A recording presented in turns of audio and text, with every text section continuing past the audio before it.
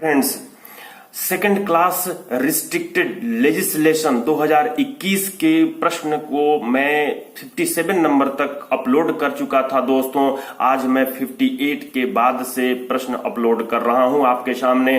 दोस्तों, मिश्रा सर जो mining class YouTube channel है उसको लाइक कीजिए, सब्सक्राइब कीजिए नए हैं तो, और बेल आइकन को दबाइए दोस्तों, ताकि आपको जो भी वीडियो अपलोड की जाती है नोटिफिकेशन आप तक पहुंच जाए। साथ ही जो है आप इन दोस्तों को शेयर कीजिए इस वीडियो का लाभ उठाते हुए वो अपना डीजीएमएस का एग्जाम, गेट का एग्जाम, ओवरमैन माइनिंग सरदार के एग्जाम को पास कर सकें। यहां तक कि जो नए जॉब माइनिंग फील्ड में प्राप्त करना चाहते हैं वो वीडियो को लगातार देख करके वो BTech holder, diploma holder, field वाले कैंडिडेट अपने जॉब को पा करके लाइफ को सिक्योर कर सकें दोस्तों। तो दोस्तों चलिए हम लोग जो सामने में स्क्रीन पर दिखाई दे रही है क्वेश्चन नंबर 58 उसको पढ़ते हैं।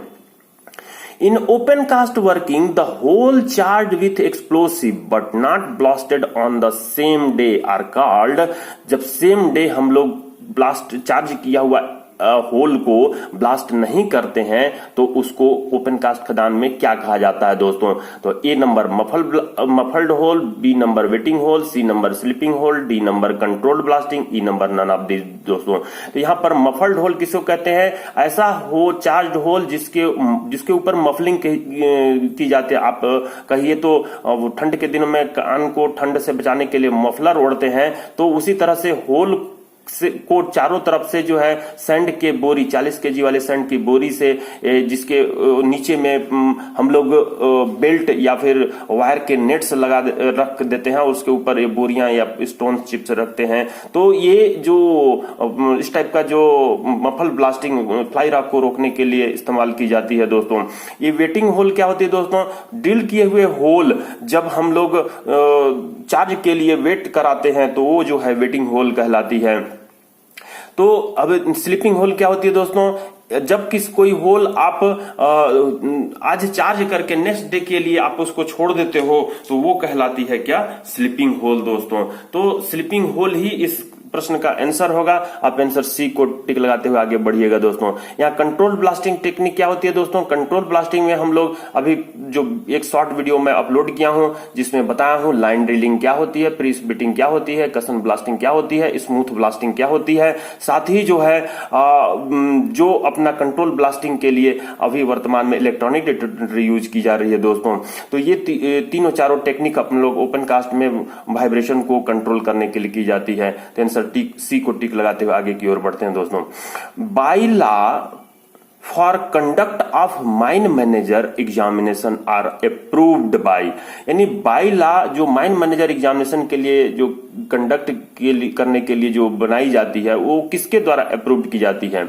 ए number the board of mining examination, B number chief inspector, C number central government, D number ministry of mine, E number none of this. तो यहां पर दोस्तों ये नंबर ही आंसर होगी। बोर्ड ऑफ माइनिंग एग्जामिनेशन ही अप्रूव्ड करती है माइन मैनेजर एग्जामिनेशन जो कंडक्ट की जाती है उसके लिए बाय लॉ वो तैयार करती है, बाय लॉ को अप्रूव करती है दोस्तों।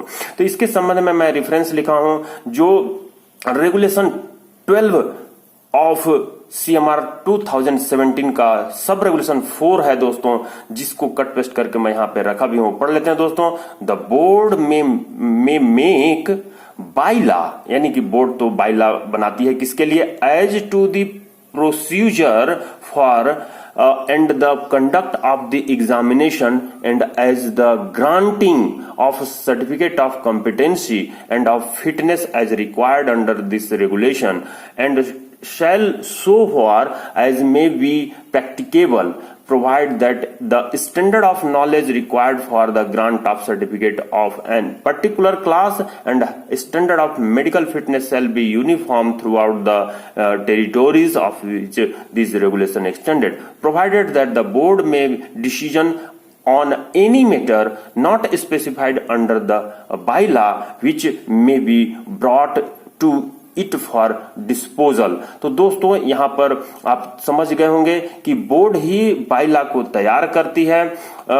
बोर्ड ही बाइला को तैयार करती है as to procedure for and the conduct of examination, और एग्जामिनेशन को कंडक्ट करती है, सर्टिफिकेट कॉम्पिटेंसी के लिए ग्रांटिंग करती है और रेगुलेशन के अंतर्गत उसको जो है फिट भी करती है जो भी प्रोवाइडेड हो उसके लिए। तो यहाँ पर ये जो आपकी लिखी हुई है अप्रूव्ड बाय, तो अप्रूव्ड भी जो है यही करती है। इस तरह से आप ए नंबर को टिक लगाते हुए आगे की ओर बढ़ते हैं दोस्तों। क्वेश्चन नंबर 60 देखिए क्या कहता है। कर्सर जो आपकी सामने दिख रही है उसके अनुसार अपना नजर को घुमाइए। Inquiry into a accident causing loss of life shall be made by a inspector of mine with in.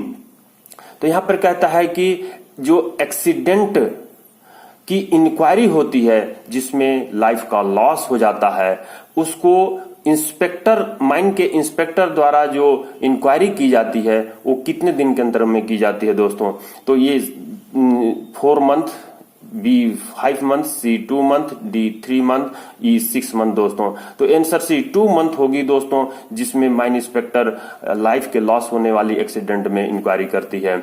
61 question number में आइए दोस्तों, देखिए क्या कहता है। How many years practical experience is required for appearing in first class manager examination if candidate has diploma in mining engineering।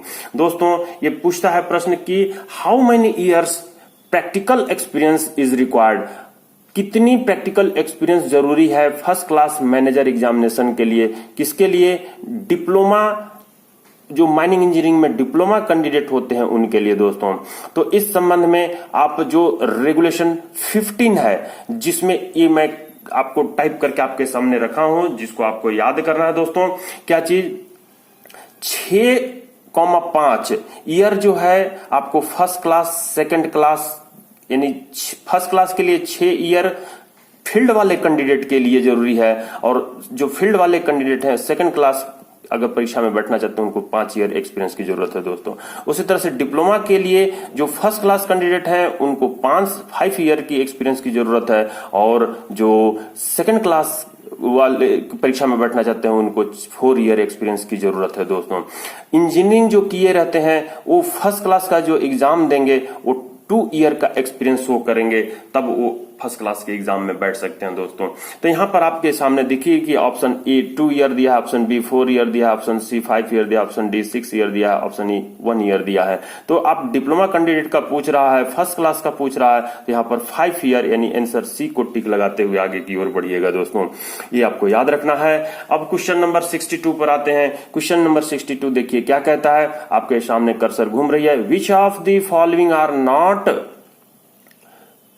Which of the following are not a part of the equipment to be kept at rescue station? उस इनमें से कौन सा भाग है जो rescue station के equipment के रूप में नहीं रखा जाता है दोस्तों। तो A smoke helmet, B reviving apparatus, C safety lamp, D explosive, E self rescuer. दोस्तों यहाँ पर स्मोक हेलमेट रखी जाती है, रिवाइविंग एपरेटस भी रखी जाती है, सेफ्टी लैंप भी रखी जाती है, सेल्फ रेस्क्यूअर भी रखी जाती है, लेकिन डी एक्सप्लोसिव बारूद नहीं रखी जाती है दोस्तों।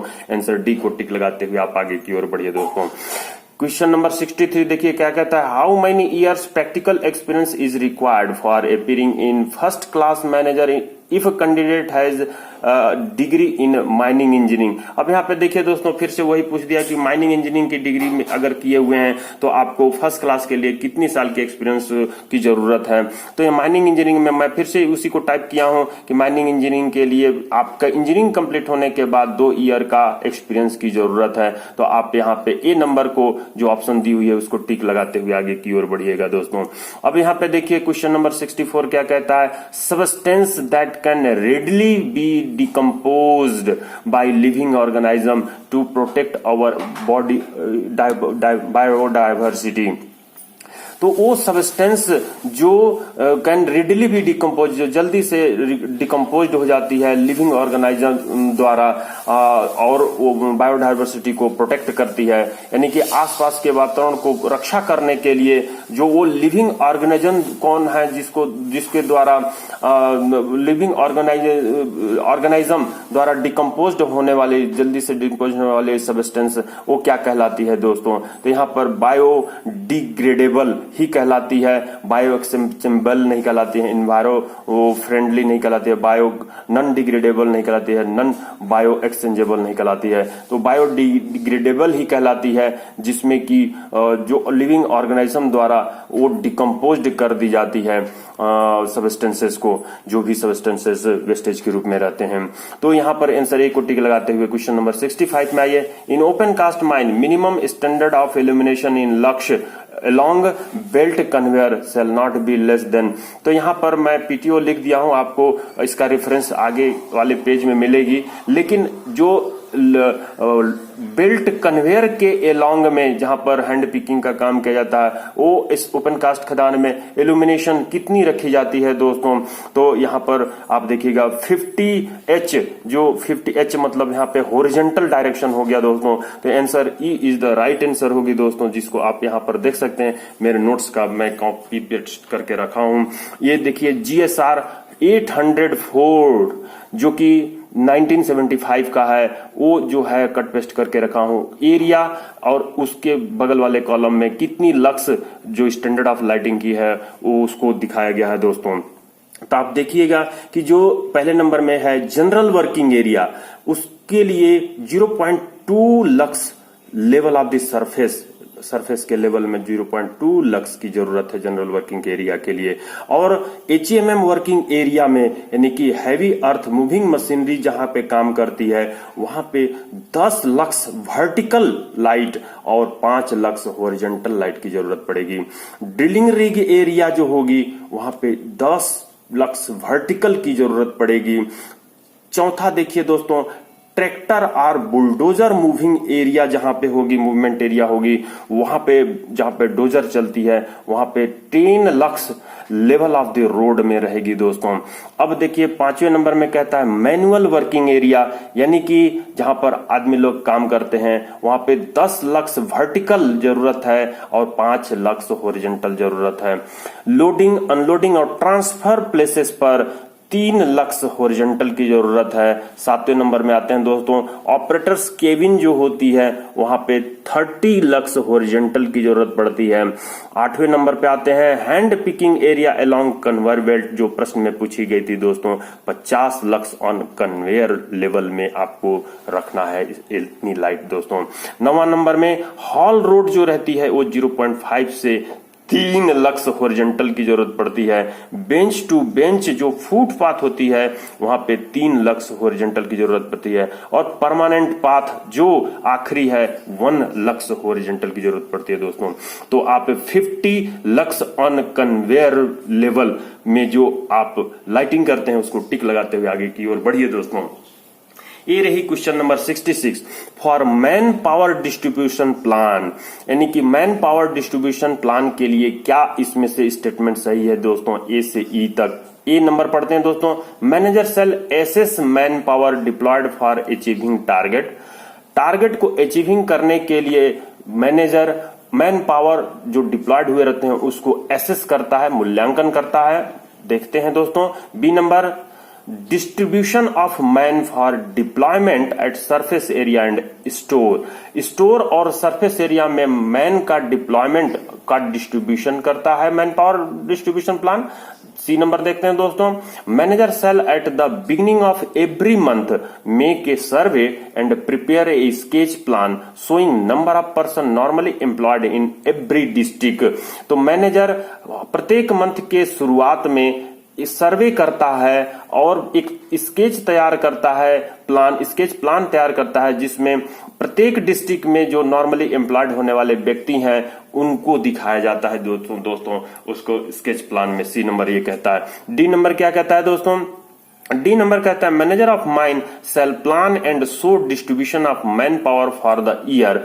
पूरे साल के लिए जो मैनेजर है वो माइन का एक प्लान करता है जिसमें डिस्ट्रीब्यूशन दिखाता है। Manager shall ensure, E number पढ़ते हैं दोस्तों, manager shall ensure that the person reported are marked their attendance as per manpower distribution plan. Manager सुनिश्चित करता है कि जो पर्सन रिपोर्ट किए हैं वो मैन पावर डिस्ट्रीब्यूशन प्लान के अनुसार अटेंडेंस बन रही है, मार्क हो रही है कि नहीं। तो यहां पर दोस्तों जो सी नंबर ऑप्शन है, manager shall at the beginning of every month make a survey and prepare a sketch plan showing number of persons normally employed in the every district. C number is the right answer होगी दोस्तों। जो regulation 246 manpower distribution plan में लिखा हुआ है दोस्तों, during the first week of every month a survey shall be made of the number of person normally employed in the every district and other places below ground in the mine and kept a sketch plan showing the result of such manpower survey signed and dated by the manager shall be kept in the office of the mine and copy thereof shall be kept with the attendance clerk। तो दोस्तों ये 246 manpower distribution plan है जिसमें ये प्रश्न पूछी गई है दोस्तों। तो क्वेश्चन 66 का सी को टिक लगाते हुए आगे की ओर बढ़िए दोस्तों।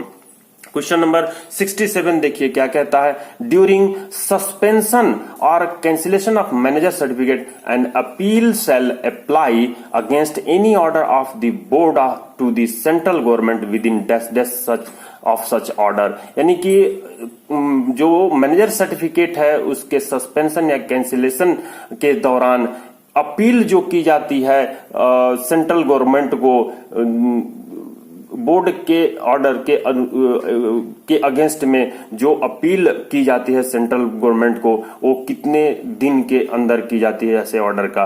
तो दोस्तों इसके संबंध में रेगुलेशन 24 का 6 दिया हुआ है, सब रेगुलेशन 6 दिया हुआ है कि 30 डेज में इसको अप्लाई करना है दोस्तों। तो ये क्वेश्चन 67 का आप आंसर डी को टिक लगाते हुए आगे बढ़िए दोस्तों। ये क्वेश्चन 68 है जिसमें क्या कहता है, which of the following authority shall give notice of diseases to chief inspector where any person employed in a mine contract any diseases notified by the central government. इनमें से कौन अथॉरिटी हैं जो कि देते हैं नोटिस ऑफ डिसीजेज को किसके लिए, चीफ इंस्पेक्टर को, जिससे कि व्यक्ति जो माइन में हैं, वो जो माइन में काम करने वाले व्यक्ति हैं वो कॉन्ट्रैक्ट हो गए हैं किसी डिसीजेस से, ऐसे डिसीजेस से जो सेंट्रल गवर्नमेंट द्वारा नोटिफाइड की गई है। तो इसको कौन अथॉरिटी जो है नोटिस देते हैं चीफ इंस्पेक्टर को? A owner, B agent, C manager, D both 1 and 2, E owner, agent और मैनेजर। तो यहां पर दोस्तों आप देखिएगा कि रेगुलेशन 9 और जो माइंस एक्ट 1952 का सेक्शन 25 है उसमें नोटिफाइड डिसीजेस के बारे में चर्चा किया है। तो वहां पर आप देखिएगा कि ऑनर, एजेंट, मैनेजर ही सीआईएम को नोटिस देते हैं। तो आप सी को टिक लगाते हुए, सॉरी ई को टिक लगाते हुए आगे की ओर बढ़िएगा दोस्तों। तो ये मैं यहां पर टाइप कर दिया हूं आपको कीवर्ड और की नंबर दोस्तों कि 3 दिन जैसे ही डिसीजेस की आपको पता चलती है तो उसके 3 दिन के अंदर आपको फॉर्म 5 में नोटिस देना है। किसको किसको देना है दोस्तों? यहां पर देखिए 5 लोगों को देना है। मैं 5 तक का नंबर को टाइप करके रखा हूं। सीआईएम को, आरआईएम को, इंस्पेक्टर ऑफ माइंस मेडिकल को, डिस्ट्रिक्ट मजिस्ट्रेट को और कॉम्पिटेंट अथॉरिटी फॉर कंपनसेशन के लिए जो कॉम्पिटेंट अथॉरिटी होते हैं, इन 5 लोगों को नोटिस दिया जाता है। प्रश्न में आपको चीफ इंस्पेक्टर ही केवल पूछा था, लेकिन वो ऑनर, एजेंट, मैनेजर द्वारा दी जाती है। आंसर ई को टिक लगाते हुए आगे की ओर बढ़ते हैं दोस्तों। ये रही क्वेश्चन आपका सामने 69। क्वेश्चन 69 क्या कहता है, an appeal against under section 22(3) prohibiting employment in or about mine may be made within dash days of the receipt of order to the central government। तो यहां पर जो है अपील जो की जाती है किसके संबंध में? सेक्शन 22 का 3 जिसमें एम्प्लॉयमेंट को काम करने से रोक दिया जाता है किसके द्वारा? इंस्पेक्टर के द्वारा। तो इन अबाउट माइन या जो माइन में जो काम करने वाले लोग होते हैं उनके एम्प्लॉयमेंट को रोक दिया जाता है 22(3) के तहत। तो इसके संबंध में हम made with in blank day of the receipt of order, order के मिलने के रिसिप्ट के कितने दिन के अंदर हम जो है अपील सेंट्रल गवर्नमेंट को यानी मैनेजर कर सकते हैं दोस्तों। तो यहां पर option A 21 days, option B 25 days, option C 30 days, option D 20 days, option E 45 days. तो यहाँ पर दोस्तों 30 डेज के अंदर जो है अपील करते हैं रिसिप्ट मिलने के, जो आपकी रिसिप्ट मिलती है उसके 30 डेज के अंदर। तो आंसर सी को टिक लगाते हुए आगे बढ़िए दोस्तों। Which of the following statement is wrong, इनमें से कौन सा स्टेटमेंट रॉन्ग है। The incombustible dust for treatment of coal dust shall, यानी कि जो इनकम्बस्टिबल डस्ट है, जो कोल डस्ट को ट्रीटमेंट करने के लिए इस्तेमाल की जाती है, वो इनमें से कौन स्टेटमेंट जो है रॉन्ग है दोस्तों। तो not contain more than 5% of silica content, be readily dispersible in air, not cake, be light in colour, be able to absorb moisture.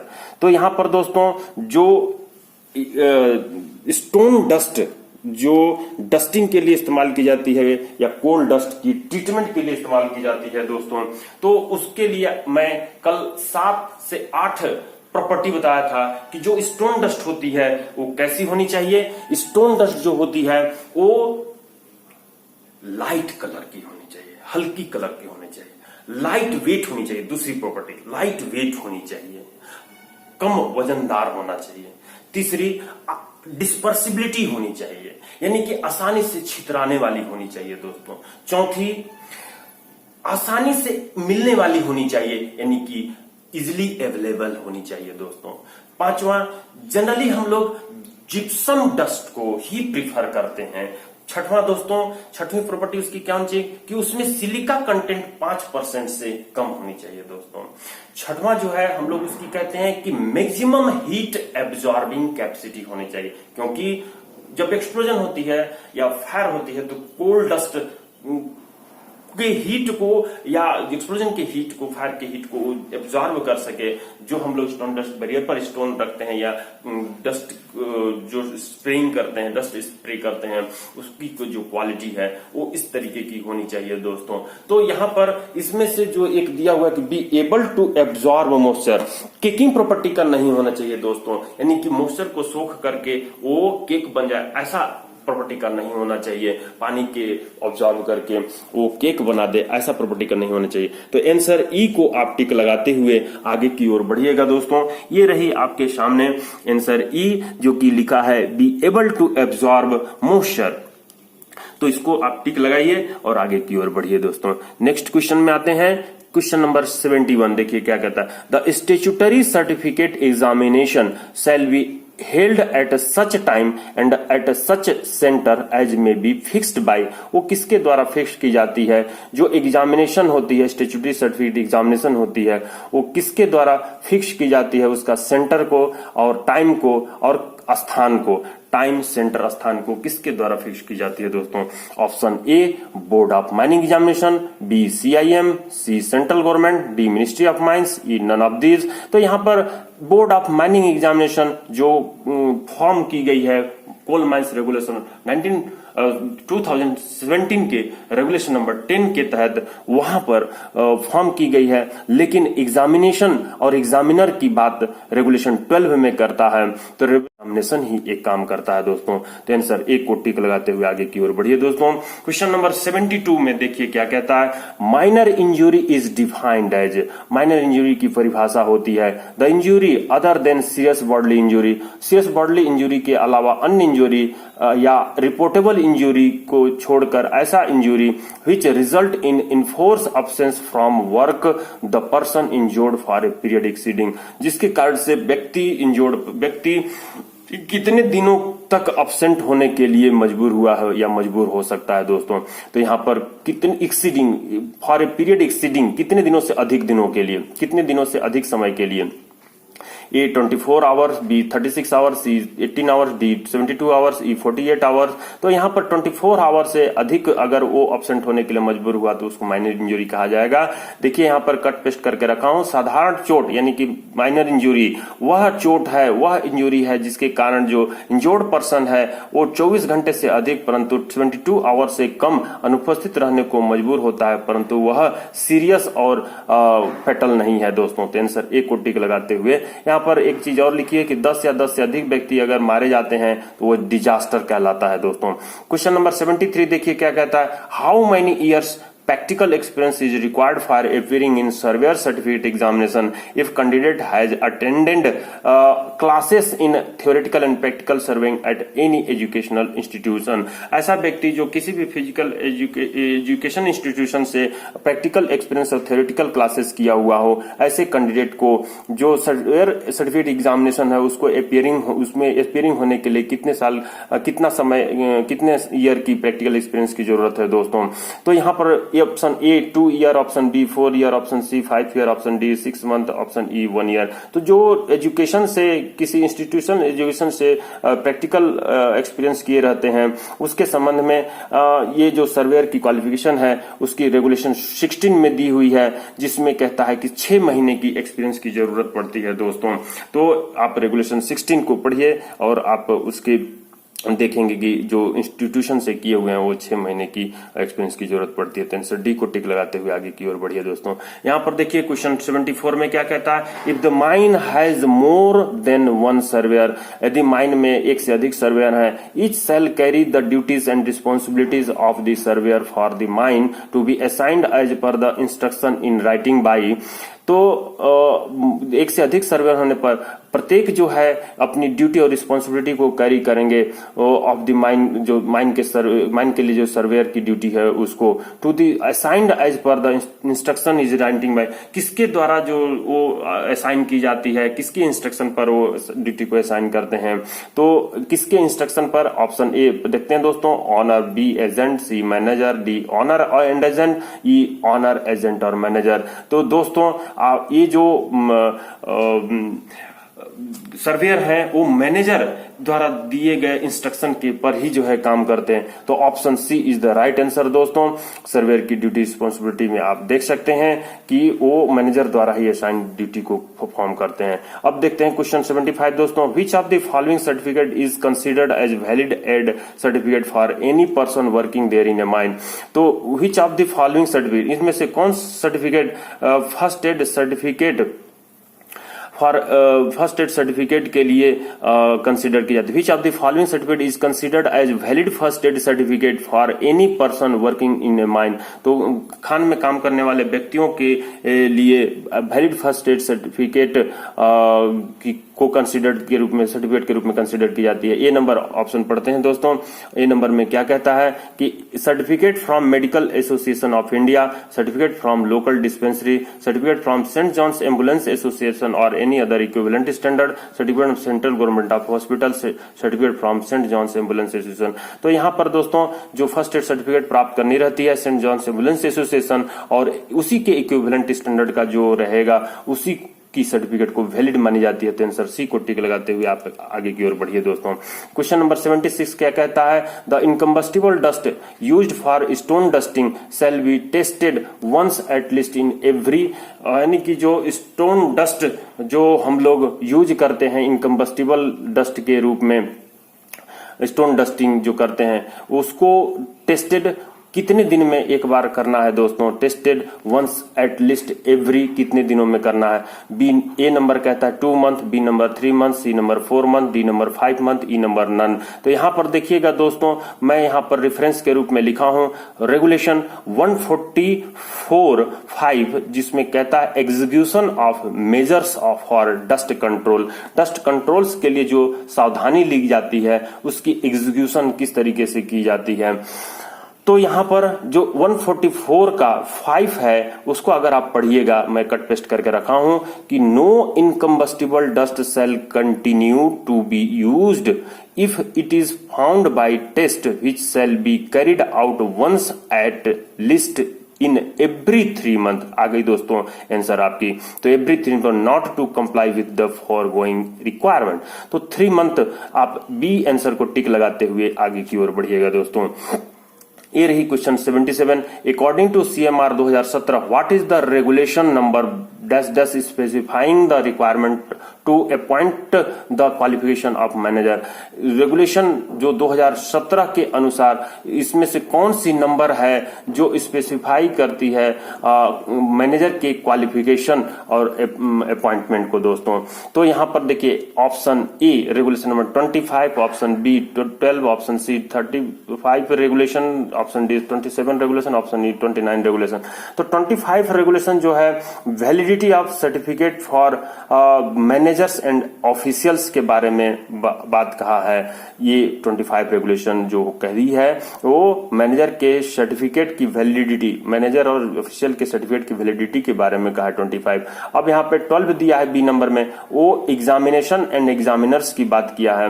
Option C जो 35 रेगुलेशन है वो अपॉइंटमेंट ऑफ ऑफिशियल और competent person की कहा है। Option E जो कहा है qualification and appointment of safety officer की बात कहा है। यहाँ पे 27 ही है जिसमें मैनेजर के क्वालिफिकेशन और अपॉइंटमेंट की बात की है दोस्तों। इसका मतलब है दोस्तों इस प्रश्न से आप क्या समझ रहे हैं कि आपको सेक्शन नंबर, रूल नंबर और रेगुलेशन नंबर भी याद रखना है दोस्तों। क्यों दोस्तों? क्योंकि जैसे ही हम लोग कहते हैं कि 307 धारा करके आया है कोई व्यक्ति, 307 इस पर लागू है दोस्तों, तो उतना कहते के साथ ही समझ में आ जाती है कि वो मर्डर करके आया है। इसी तरह से आप माइनिंग के कैंडिडेट हैं तो माइनिंग के सभी रेगुलेशन, सेक्शन, रूल को पढ़ते पढ़ते अपने दिमाग में रखना है दोस्तों। प्रश्न इस तरह से पूछी जा सकती है आपके सामने।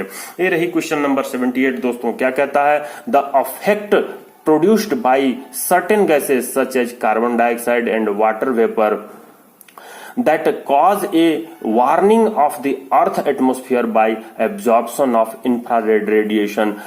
तो affect produced by certain gases, कुछ गैसों द्वारा, जैसे कि कार्बन डाइऑक्साइड, वाटर वेपर है, उसके कारण से वो प्रभावित होती है और वो वार्निंग जो है that cause A warning of the earth atmosphere, earth atmosphere को वार्निंग देती है bye absorption of infrared radiation, infrared radiation के एब्जॉर्प्शन द्वारा वो वार्निंग देती है दोस्तों। तो उसको क्या कहा जाता है? देखिए यहाँ पर ए नंबर में green house effect, B number में eco house effect, C number में blue house effect, D number में environment house effect, E number में बैलेंसिंग हाउस इफेक्ट। तो इसको ग्रीन हाउस इफेक्ट ही कहा जाता है जिसमें कार्बन डाइऑक्साइड और वाटर वेपर निकलती है, उसी कारण से प्रोड्यूस होती है और अर्थ एटमॉस्फेयर को वार्निंग भी जो है देती है इंफ्रारेड रेडिएशन के द्वारा। देखिए यहाँ पर ग्रीन हाउस इफेक्ट को मैं कट पेस्ट करके रखा हूं कि ए warning of earth surface and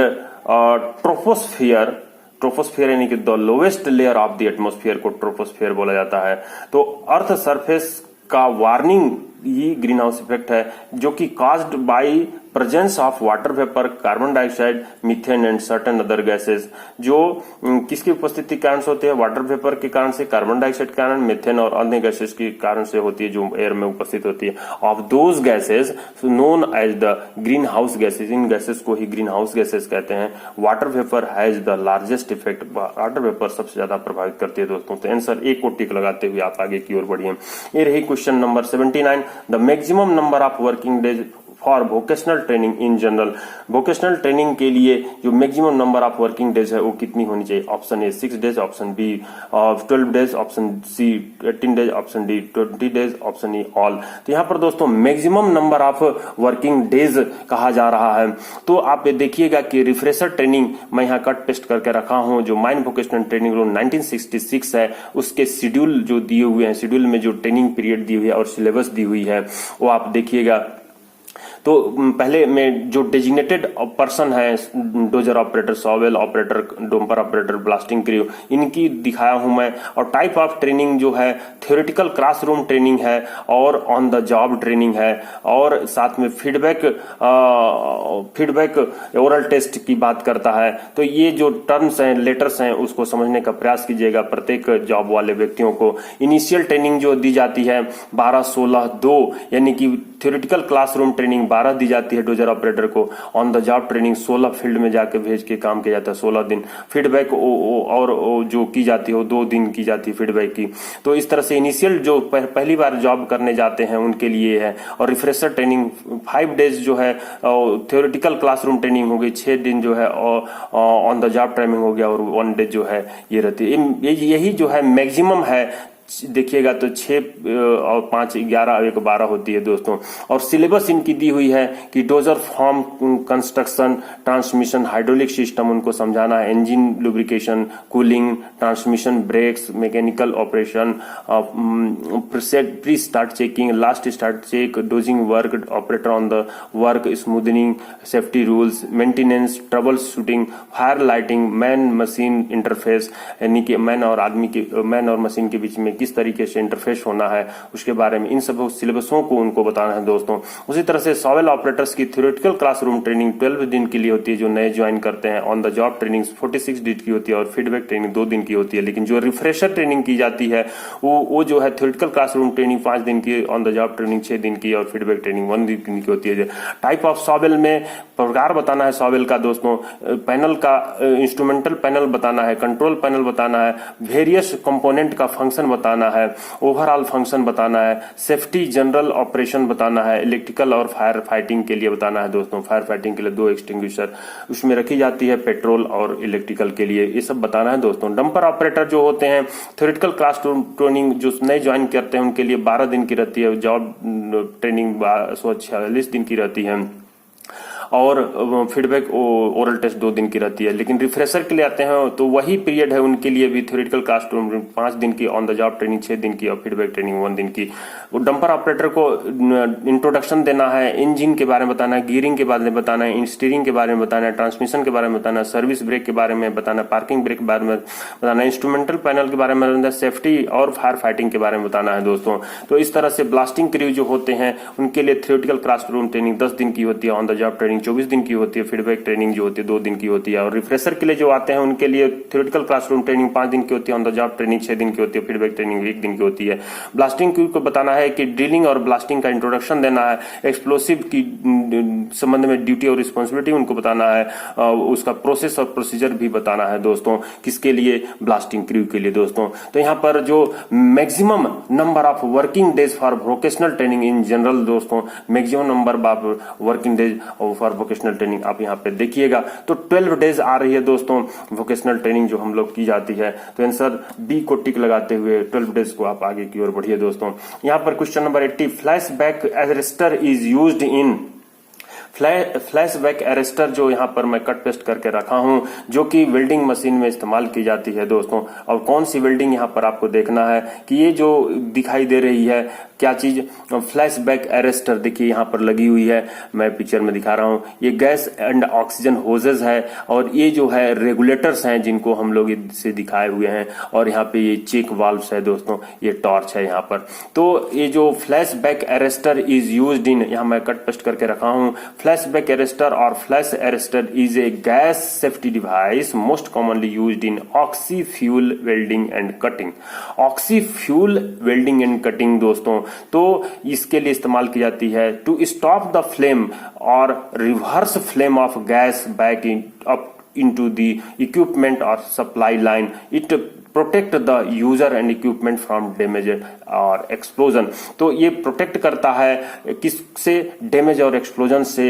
किसको लिए? इक्विपमेंट को भी प्रोटेक्ट करता है और जो यूजर वेल्डर जो होता है उसको प्रोटेक्ट करता है दोस्तों।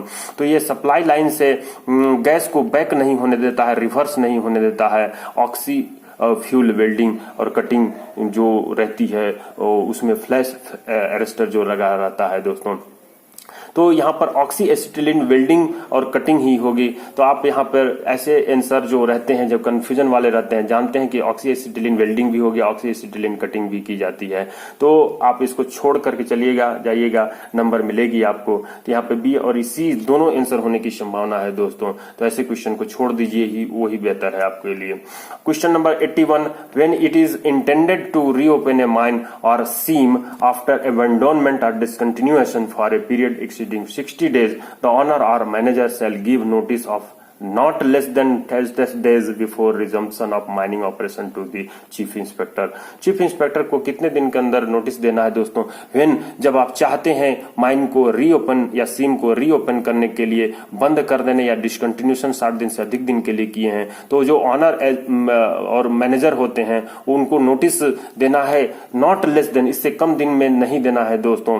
किसको देना है? चीफ इंस्पेक्टर को। तो ये number 7 days, B number 15 days, C number 30 days, D number 40 50 days, E number 60 days. तो आंसर सी होगी दोस्तों यहाँ पर 30 डेज के अंदर, उससे कम दिन के अंदर नहीं देना है। रेगुलेशन 6 में यहाँ पर कट पेस्ट करके रखा हूं दोस्तों, जिसमें कहा गया है ए नंबर में ही 1 नंबर में ही कि when it is intended to reopen a mine or seam after abandonment or closure or discontinuance for a period exceeding 60 days। तो यहाँ पर दोस्तों पीरियड एक्सीडिंग 60 डेज के लिए अधिक आप डिसकंटिन्यूशन किए हुए हैं, अबंडनमेंट किए हैं, तो owner agent manager shall not less than 30 days. यहाँ पर आंसर आ गई दोस्तों, मैं ब्लू कलर से हाईलाइट किया हुआ भी हूँ कि 30 days before resumption of mining operation, mining operation चालू करने के 30 दिन पहले कम से कम चीफ इंस्पेक्टर को, रीजनल इंस्पेक्टर को और डिस्ट्रिक्ट मजिस्ट्रेट को आपको देना है दोस्तों। तो आप यहाँ पर 30 डेज सी को टिक लगाते हुए आगे की ओर बढ़िए दोस्तों। क्वेश्चन 82 में क्या कहता है, ड्यूरिंग बोर्ड मीटिंग के दौरान विच of the following authority shell record the minute of each meeting in A bound page book kept for the purpose. तो बोर्ड की मीटिंग के दौरान में कौन इनमें से हैं जो कि मिनट को रिकॉर्ड करते हैं दोस्तों? A chairman, B member of the board, C secretary, B D both and A C E none. दोस्तों सेक्रेटरी ही मिनट को राइट करते रहते हैं, लिखते रहते हैं, रिकॉर्ड करते रहते हैं। तो इसके आंसर सी को देखने के साथ ही रेफरेंस आपको ध्यान में रखना है रेगुलेशन 10, जिसमें बोर्ड ऑफ माइनिंग एग्जामिनेशन की बात कहा गया, जिसे बोर्ड ही कहा जाता है, जिसमें 15 का ए नंबर में minutes written by safety officer, यहाँ कीवर्ड के रूप में मैं यहाँ टाइप करके रख दिया हूं दोस्तों।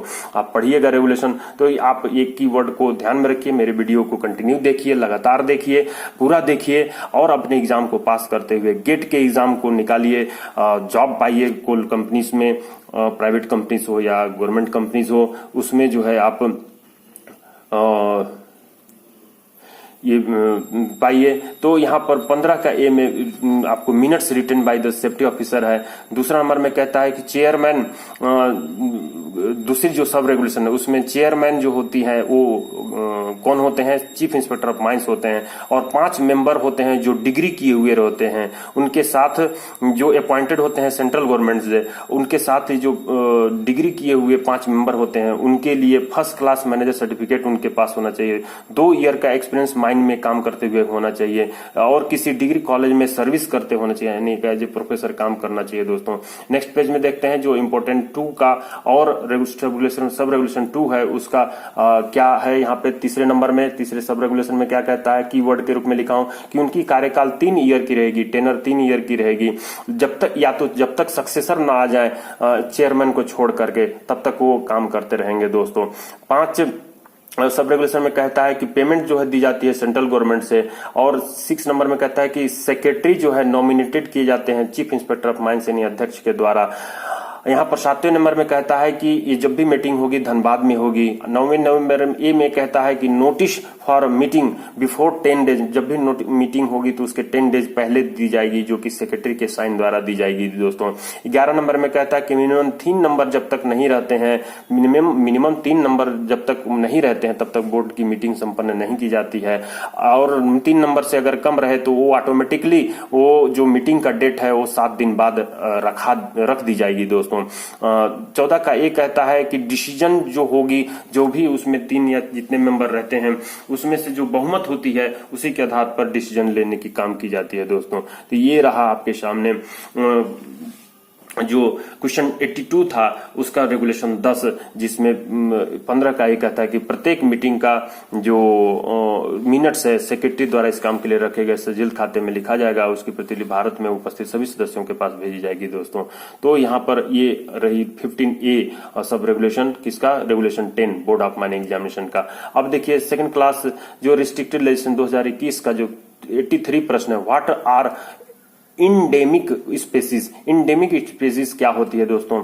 Species that exist the everywhere. Endemic species, endemic का मतलब है दोस्तों कि फ्लोरा एंड फाउना। मैं यहाँ पर ऑप्शन पढ़ने के पहले आपको बता देता हूं कि species that are found in particular area, किसी पर्टिकुलर एरिया में जब वो स्पेसीज पाए जाते हैं तो उसको कहा जाता है इंडेमिक स्पेसीज दोस्तों, जैसे सांप, बिच्छू, भालू जंगलों में जो पाए जाते हैं या किसी पर्टिकुलर एरिया में पाए जाते हैं स्पेसीज। तो फ्लोरा और फाउना, फ्लोरा यानी प्लांट और फाउना यानी एनिमल, ये जो पाए जाते हैं उसी को एंडेमिक स्पेसीज बोला जाता है। They are affected by mining operation. ये मैं लिखा हूं कि ये जब भी माइनिंग ऑपरेशन की जाती है तो वहां के लोकल जो स्पेसीज होते हैं वो प्रभावित होते हैं, इन्वायरमेंट डिस्टर्ब हो जाती है। तो इसकी रक्षा के लिए, प्रिवेंशन के लिए हमको reclamation of forest on field up area, जब अपन माइनिंग कर लेते हैं तो उसको फील्ड अप करके उसके ऊपर फॉरेस्ट लगाना है दोस्तों, फॉरेस्ट करना है। और या अन्य प्लेस पर फील्ड किए खदान के ऊपर तो फॉरेस्ट लगाना ही है, लेकिन अन्य प्लेस पर भी हमको प्लांटेशन करके फॉरेस्ट डेवलप करना है दोस्तों। दूसरे number, generation of fauna after plantation has been done. जब हम लोग प्लांटेशन कर देते हैं तो उसमें जो है फाउना यानी कि स्पेसीज को, एनिमल्स को हमको उसमें डेवलप करना है दोस्तों। तो ये रही 83 का इंडेमिक स्पेसीज, जिसमें आप आंसर बी, जो species that are confined at a given region, particular region में जब वो रहती है तो उसी को हम लोग कहते हैं क्या चीज, इंडेमिक स्पेसीज दोस्तों। तो नेक्स्ट प्रश्न में आते हैं 84 में, कहता है the minimum standard of word explosive written on explosive van. Explosive van में जो वर्ड एक्सप्लोसिव से लिखी होती है उसका मिनिमम स्टैंडर्ड कितना है? Option A 25 centimetre long white letters on red background, 25 centimetre long red letters on white background. C number कहता है 20 centimetre long white letters on red background. D number कहता है 20 centimetre long red letters on white background. E number में कहता है none. तो answer D is the right answer दोस्तों, क्योंकि मैं बताना चाहता हूं पहले रेगुलेशन का रेफरेंस दे करके कि regulation 164A 2B of CMR 1957 में मेंशन किया गया है कि जो यहां पर होगी, क्या होगी, 1957 में कहा है कि नॉट 15 सेंटीमीटर से कम नहीं होगी दोस्तों। ये दूसरा नंबर में कहा है कि 50 सेंटीमीटर से कम नहीं होगी। तो 15 सेंटीमीटर से कम नहीं होगी, तो यहाँ पर नियरेस्ट आंसर कौन सी है? 20 सेंटीमीटर, लेकिन दो है 20 सेंटीमीटर। तो यहाँ पर जो है, जो रेड लेटर से लिखी जाती है, इसी कानून में कहा है रेड लेटर से लिखी जाती है और व्हाइट बैकग्राउंड रहती है दोस्तों।